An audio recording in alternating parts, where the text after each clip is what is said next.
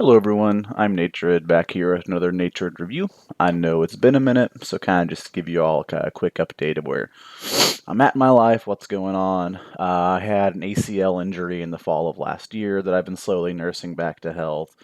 Around that same time, I had a promotion at my job, which is big time, sedentary, not a lot of movement, desk job, and been struggling with some weight gain issues as a result. Back on the grind for the past month or so, starting to lose weight again, starting to get back in shape, starting to get back into fighting. And as kind of that passion, that interest has reignited, decided I wanted to get back into doing reviews again. So, because I decided, what does the world need more than a mediocre cross gamer's opinion on people's foam fighting skills? So what we have here is a man-at-arms trial for Dovius Solaris. He's petitioning to be man-at-arms of this fella here, Ignatius, who I've seen all over the foam fighting tubes. I'm interested to see how this person manages the initial task here, which is a 2-on-1. I haven't watched this video yet, so I'm not sure what all we can expect here, but I know that the first stage of this man-at-arms trial is a 2v1. Just to make some blatant assumptions about the person going in for their man-at-arms trial here, I'm not looking to see the most explosive speed out of this person. They don't look like a turn-and-burn sprinter. I'm not either, and so whenever I see, and I also love 2-on-1s, I love field fighting, and so I'm always interested to see how another heavier bro handles those situations when you're outnumbered, where you really get paid off for having more agility. So let's take a look here, and cheers. Pretty straightforward punch and bat setup. So we immediately see a lot of what I feel like you have to do in these 1v2 situations. You have to find ways to separate and break up the two people that you're fighting. I prefer to start with focusing on pull fighters. Personal preference, maybe, but I just feel like it's advantageous to get rid of the biggest reach weapon you're going to be fighting against. Makes it a little bit easier to focus on things. We see some pretty excellent defense from our Dovius Solaris here. Using this weapon to kind of actively interdict this spear, tie it up, and then using this moment, the second that there's this gap here that appears naturally between the spear and shield fighter, to turn and burn on the spear fighter. Just looking at the gap between these two fighters that he's opposing, this seems huge, right? Like, this is what? 1, 2, 3, 4 to 5 dude spaces of distance. This is a bit too far. And so whenever I see trials like this, it's always hard for me to tell whether or not this is intentional. Like, maybe it's part of the trial, or maybe this is just a general lack of cohesion that seems, general lack of teamwork that seems to exist among a lot of fighters. Good call to Arnie Bro into the tree, but still seizes the advantage to turn and burn the 1v1. You got to take every advantage you can get, even environmental, accidental ones, when you're in these situations, finding down a man. Personally, how I approach this is waiting for the spearmen to fire, and then the second that they fire, stepping in and trying to land an arm shot. I see this happen a whole lot with spear fighters. Whenever somebody charges them, they'll tend to stack high like this. And so I have no problem with what this person's doing with their spear, but the fact that they're fully standing up, it makes you kind of get posted, and then you're not able to run as well. You're not able to move left to right hardly at all. And then this bro in his Crocs and Nike socks runs you down. Yeah. When empirically, in a vacuum, one of these people should hardly ever be catching the other. Also, I like that they're fighting in a big dirt pit. It makes me happy. Lord Rinsler. Alright, switch up to a 1v1. Lord Rinsler, Bloodstar. Lord Rinsler, Bloodstar. Oh, good kill. I don't even make fun of people for having, weird names anymore, because this is the space where you're allowed to be goofy and silly. High cross. High cross. High cross. High cross. Oh, good kill. Does this match my, Yeah. I've always said for a long time, semi-jokingly, that the person who high crosses second wins. I feel like you get locked into this rhythm where if you throw first, the other person throws, and how do I articulate this? I feel like you start if you throw first, you're obligated to throw your second high cross super high because you throw your high cross, they high cross you back. You want to high cross back over that, and now you're up super high, and you get high crossed in the side. Oh, good. Good kill. Good kill. Good kill. The best advice I have for that is try not to get locked into those high cross battles. If you do, be the first person to not high cross. Time Lord Bloodstar. Tap swords when you're ready. All right. I always love seeing these domey shields come out. I don't like strap shields, but I really kind of want to get one of these dome straps.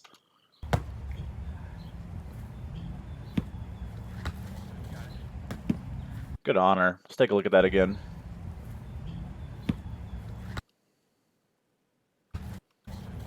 Yeah, maybe just kind of fooled our fighter here, Dovius, on the range. If you look at the fighter on the left here, we got a few inches of height, really long, lean build. It can make it hard to tell exactly where your opponent is, and I also wonder if this is, let's see if we can tell. I know Man-at-Arms, I think, is an official amp guard term, but I'm wondering if this is actually, if this is for real amp, because the shot didn't seem to be at a very high hit calibration, but, you know, it can still meet the requirements for amp guard without being super strong.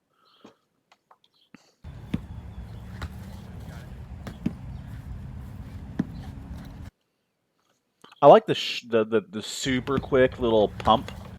It's like pretty imperceptible.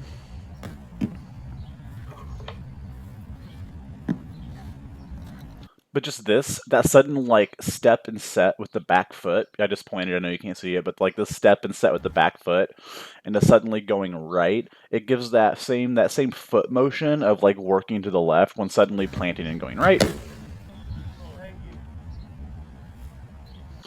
Is that forearm for forearm?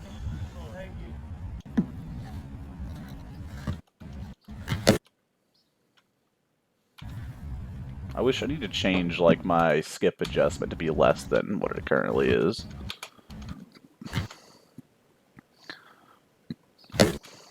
Yeah, it looks like Gray Shield had the majority of his shot get blocked there. Good blocks. Aha, Daggy Man. Hold up. The crazy one. Motion neo. Dovius, drop your forward.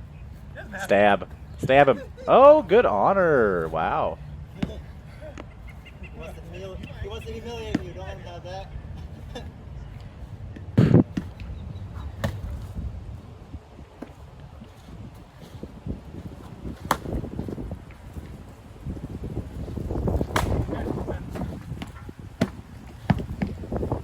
Tradesies, get stabbed in there. Yeah, looks like. Not really a stab, a hacky hack.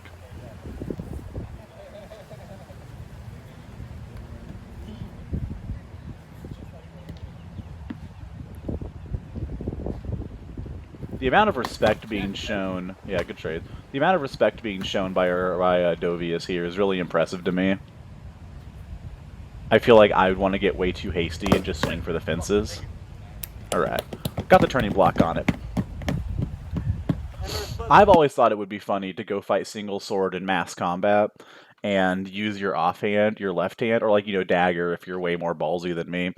And just use your offhands. Like, let's say, you know, you're fighting, fight with your sword in your left hand, and then use your main hand, your right hand, to just grab the bottom of people's shields and just rip them upwards in, like, Dag and Bell, just to play with them. Rip them down. I guess you don't want to throw them in people's faces. My man out here looking like a can of fucking Twisted Tea, and I'm here for it. Gotta be able to fight a lefty. Lefty high cross, always a good option. Slams over with the high cross into like nothing, yeah.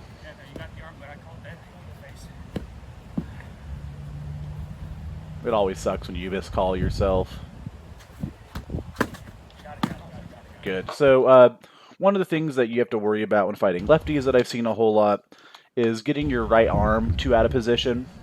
And I think that we have some mental trauma baked into Dovius here from the threatening high crosses we've seen from this lefty. Where we probably respect the high quadrant shots a bit too much. Look at how high up this weapon is here on the left side. Yeah. It gets frozen there for a bit too long. Yeah. I have to really focus on, especially as a gut haver myself, of keeping my right arm in a good position. Or else, yeah, stuff like this will continuously happen to you. Talking about how to kind of maybe weaponize this against lefties. If you have a lefty that likes to scoop a whole lot, throw that big traditional like lefty scoop. What I like to do a whole lot, I'm not saying it's super good, but it's also just kind of a way to keep people honest, is just throw straight for that that elbow pocket on the left side.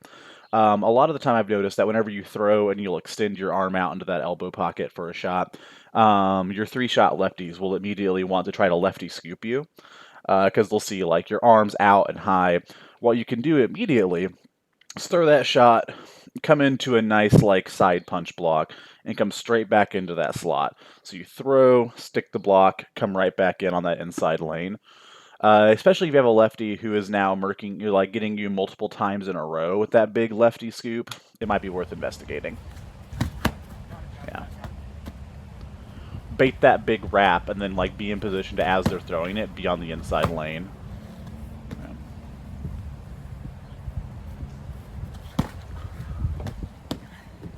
Hang in there, Dovius. Stay strong, my brother. I was gonna say, we're starting to see a little bit gassy. Come on, Croc Daddy. Stay gritty. This is the point where I personally would take a break, not even if I was physically tired, but just kind of mentally reset. I don't know if this... just listen to this guy's voice here, Dovius' voice. Ugh, got it. Like little things like that. I know personally that when I start sounding that way, I need to gear change a little bit. Now watch, I say that he's going to smoke him on this next shot and go full ultra fucking instinct. Yeah. Good pickup. I was just about to say, it's only going to get worse from here, because feet are going kind of dead. We start exchanging with feet being dead from Dovius here. And so this, in my opinion, like staying in this position to fight is indicative of being either like mentally or physically exhausted, and it's time for a little step away. Yeah. But pays off. I think maybe if this tree hadn't been here playing with the proximity alarms of our fighter in the blue and yellow here, we may have seen him move some more around the left side and continue to stick those kills. Whatever the reason, I'm happy our boys is out of the lefty matchup. And I think that's part of what, these Man of Arms trials are really supposed to be showing, is not so much somebody's like super high skill level, but their like grittiness, their determination. This dude looks like the cousin of a guy named Matty I know on the left here.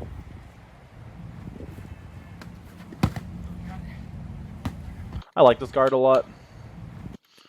What this dude's doing right here on the left, I find myself doing this really often. I enjoy it. I don't think it's good, but I like it. I don't know if it's good. I enjoy doing it. Yeah. Even the little rising shot, the cross chop on the way in to close distance. Yeah. So let's take a look at was that like around the head that came in here?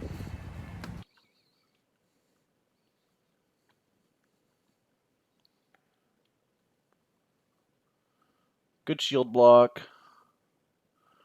And yeah, the highest of high crosses, all the way around the head. In my early LARP days,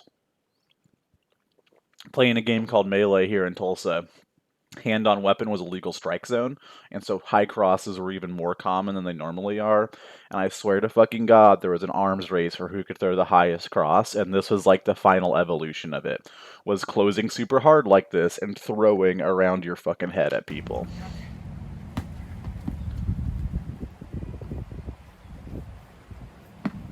In the land of the high cross, the B-tier dark side is king. Good exchanges.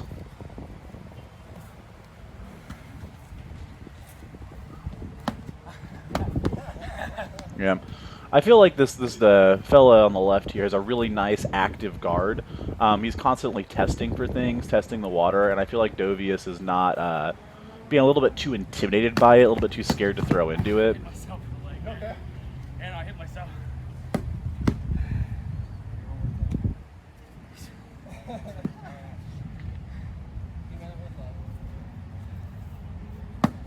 Oh, sorry. You're good. Good honor on the reset on both sides. It always sucks when you have some person try to bow out and the other aggress. Yeah, I like the style of this small punch fighter. It just looks fun to me. It's very close to how I'm wanting to fight nowadays.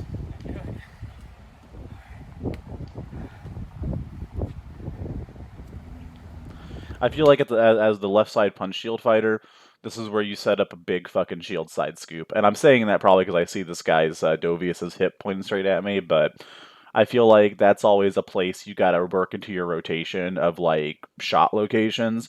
After you throw everything else, just throw that big fucking deep stank hip side rip. Keep him honest. I thought he was gonna do it there for a second. Option high, go for the scoop. I will admit, much better endurance out of Dovius than I was really expecting, but I feel like for a lot of people will tell you that I'm also proof that you can't really judge the fat dude's cardio just from like looking at him. I can spar for a long fucking time. Bucks on the shield, stays there for the double tap. Almost enough to call, like, not good contact, in my opinion. Never mind. Totally good hit. This is also something that I've noticed, or that I remember from the park I used to be at, where, like, high crossing was everything. Another really good thing, or another thing that worked really well, was the half-cock high cross. You just come back halfway and high cross again. And we see that here, so talk about, like, full cock. This would be like full cock, being in guard. You throw this high cross, come back half to guard, just throw it again, while people are starting to extend out for their next shot. Little rhythm breaker that you can throw in there. Or you can literally just dark side people.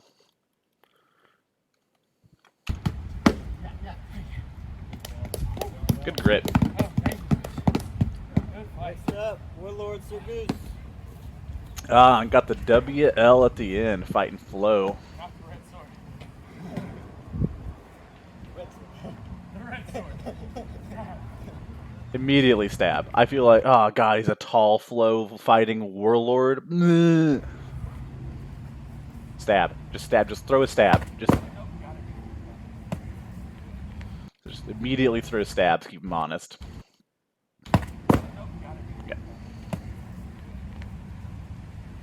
You gotta set the tone. Let them know you're not gonna handle that, but you're not gonna deal with their bullshit. You got it. Didn't really get a good view on that. Looks like a pretty similar shot to the last one.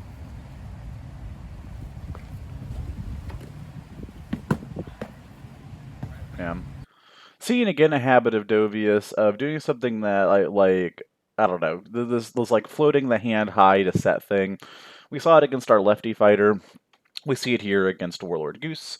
It kind of feels like this might be a natural response to being a little bit uncomfortable, you know, wanting to chamber up high to counter-strike with people. Could be room for development, keeping that guard in a nice protective position. Now we're dangling our tip. We don't want to do that either.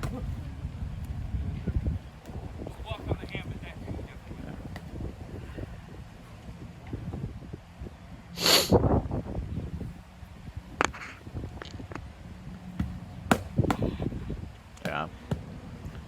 It's so easy for your feet to go dead whenever you're fighting against flow fighters who you're kind of, you know, worried about being better than you, because like you get so overwhelmed.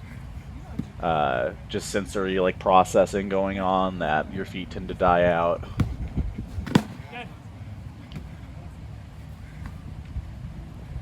Still haven't seen a single stab attempt from our board fighter here. There we go. Oh, okay. I thought that was Dunzo's.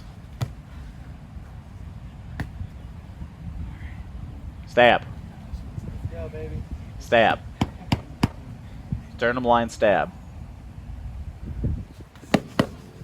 Thank you, girl.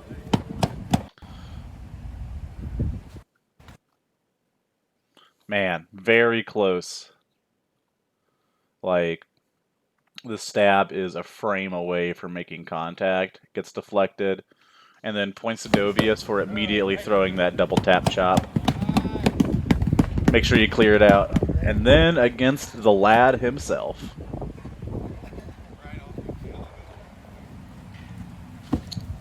I remember this from looking at Ignatius' tape before. Super, super duper mobile. Which makes it hard to break down. Let's take a look at that, though. Also, for all the struggle city that we saw here, really happy that Dovius was able to clear this one out cleanly. Big high cross from Ignatius. More of a, this is another variation I see pretty often, tucking in behind the shield. I'm guilty of doing this. High crossing like from this position, half cock resetting, going for legs. It's real fun.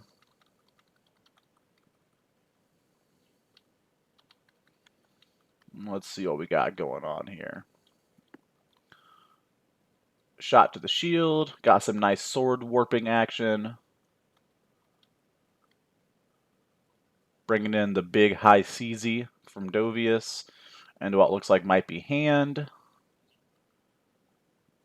But that deflects Ignatius' shot, leaves him open for Dovius to do this, not even a half cock high cross, just like staying out and high crossing again. So, takeaways from this, first of all, congratulations, Dovius. That was a hard one. I think that if what they're looking for is grit and determination, you really showed a good bit of that through in this one. The main takeaways that I see here is there seems to be like a natural response to kind of clench that hand up high. More worried, you want to like be ready to chamber to counter strike. It can get you in trouble against lefties. People that throw dark sides, reverse wraps, money shots, whatever, against flow fighters.